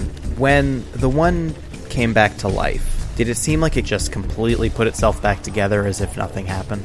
Using that same Arcana check, I will say more or less. Okay. This fucking combat's gonna take 6 hours. Anything else from Gran? I do want to use my movement and my 2 attack actions to throw them off the side of this thing so they're Sure. on the ground. Yeah. And not up where we are. Great. And so that'll be strength checks that they automatically fail. I assume I can just do this. Correct. Okay. Very good. They also would take falling damage, which means something else happens. Ooh, this is a good turn from Gran after all. Gran, go ahead and give me a perception check as you throw these 2 bodies over the side of this thing. 10. You see some weird dust apparate off of them. You don't know what it is. All right. So that's Gran. So now I'm going to make 3 rolls at initiative 20. That's a no, that's a no, and that is a no. Okay, all of the bodies appear to be unmoving. So now what would the 3 of you like to do? I'm gonna try the Arcana. Yeah, can I roll an Arcana check? I'm at least proficient in it, if not super intelligent. Go for it. No, I rolled a 3. It's only a 7. I am terrible at Arcana, but I rolled a 19 for a dirty 20. Fuck you. I don't... Paravex, you have no idea. Clicks, are you proficient in land vehicles? No. Not being proficient in land vehicles, I'll just tell you, all 3 of you would have to try and get this to work, and you would be rolling vehicle checks that none of you are proficient in. So it would be very, very hard to get this to do anything. Okay. Yeah. I think I read about one of these and the tone. We'd probably pilot it slower than they can run after us. Best we just destroy it. Okay, destroy it is. You said that they picked up big sparking flails off the side of this thing. Yes. Are there some that Paravex could pick up and use as a tool to try and wreck this thing up? Yeah, for sure. Okay. That's my idea then. I'm gonna pick up one of these pieces of siege equipment. You find one of these lightning flails, and they're chained to this. You can pick it up and move it and use it, but it's not like you can take it with you after, you know what I mean? But certainly, you can do that. So this is going to be just a regular attack roll, and then I'm gonna tell you what you roll. Alright, only with my packed weapon do I get extra attack, so this is just a single attack. Okay. That's still a 19 to hit. Great. That will hit the engine, and you're gonna roll 5d10 and add your modifier. Okay. 36 damage. Nice. You do some damage, but you can tell that this huge construct is very durable, and while it has a lot of damage resistances, the lightning seems to be working pretty well. Anything from Gran? Can Gran pull something heavy off of this and put it on top of the satyrs? I like it. Yeah. Gran, if you want to make an athletics check to wrangle up all of these guys and put them under something... Yeah. That's only a 13. Damn. I will say you can find something, but that 13 is going to be the escape DC for them to have to use their action to get out from under it. I'm going to roll it with advantage because I think I'm still raging till the end of this turn. You are. It's a little better. 18. Okay, so you find some big weird piece of metal and throw it down onto these satyrs, and now they're going to have to try and get out from that. Nice. Well done. Thank you. So that is back to initiative 20. Okay, you see 2 of them begin moving, and they'll have to try and get out of Gron's little prison here. That is a 4. That's not going to happen. And that's a 1. Both of them are still stuck. So Nice. that is back to the 3 of you. Is there another piece of equipment that I can use other than what Paravex is using? You can see that this construct comes with 2 of these large lightning flails. Done. Grabbing the other one. Let's go. The lightning flail is great. I like that. Awesome. So that's just an attack roll? Yep. 15. 15 does not get through the natural armor of this engine, unfortunately. So that's clicks. Anything from Gron this round? I'll hit it with my axe. Okay. Nope, 15. Try again. This is ridiculous. Oh, man. These are all with advantage. I rolled 2 6s and then I rolled 2 2s. Oh, Jesus. God. Oh, Gron whiffs. Just clang, clang. Perfect. I swing the lightning flail. That's a 26 to hit. Easily. 25 more damage. Okay. How's the engine looking? Honestly, not that bad. I mean, of the 3 of you, Paravex has been the only one damaging it for 2 rounds. I'll put it that way. I'm going to make one more roll at initiative 20 here. That's a no. The 2 satyrs that are moving are going to try and get out. That's another fucking 4. And that is a 2. Jesus Christ. Okay. Yes. That is a really good thing from Gron. Jesus. Okay, you can just hear them shouting in Sylvan and struggling to get out from this, and we're back to the 3 of you. I'm going to say to Gron, here, you take this, and hand whatever the mechanism is to move the flail. Can I position the molten cannon to hit its own engine, or is that not possible? This is a ranged weapon that has a dex save on attack, so you could actually do this, and the engine would automatically fail the dex save. I'm going for the engine. I just want to take that thing Okay. out and get us out of this situation. Okay, yeah. So you take this molten cannon ballista, point it directly down at this thing, and because it has no pilots, it can't move. It's going to automatically fail the dex save, and you get to roll Here we go. 5d10 fire and 2d10 bludgeoning. All right, that is 3 bludgeoning, and then 31 fire. Awesome. All right. Now it is starting to smoke and fume in places that it wasn't before. Anybody else? It's a new round, so I can make another attack. Does a 18 hit. An 18 just hits. Okay. Oh, wow, that's pretty good. 39 more damage. Awesome. Yeah, now you can see this thing really start to come apart at the seams. All of the different pieces holding this thing together are starting to come undone as it looks like you've begun to really do some damage. Excellent. Which leaves Gron. I'll hit it. Yes! No, it's 15 again. Okay, that's better. That's 21. All right, there we go. Yeah, so that's 5d10 lightning. 5d10 lightning. 24 lightning. Gron, you take this flail from Clicks, you swing down into this infernal monstrosity of a construct. Go ahead and paint a picture. Got it. Okay. After that entire encounter, I'm going to swing this thing around and just, with the help of my friends, smash this thing into a pile of parts. Not a lot of gory details here. The satyrs, still trapped, cry out in agony as their hellfire engine is destroyed. And I think that's where we're going to leave this episode.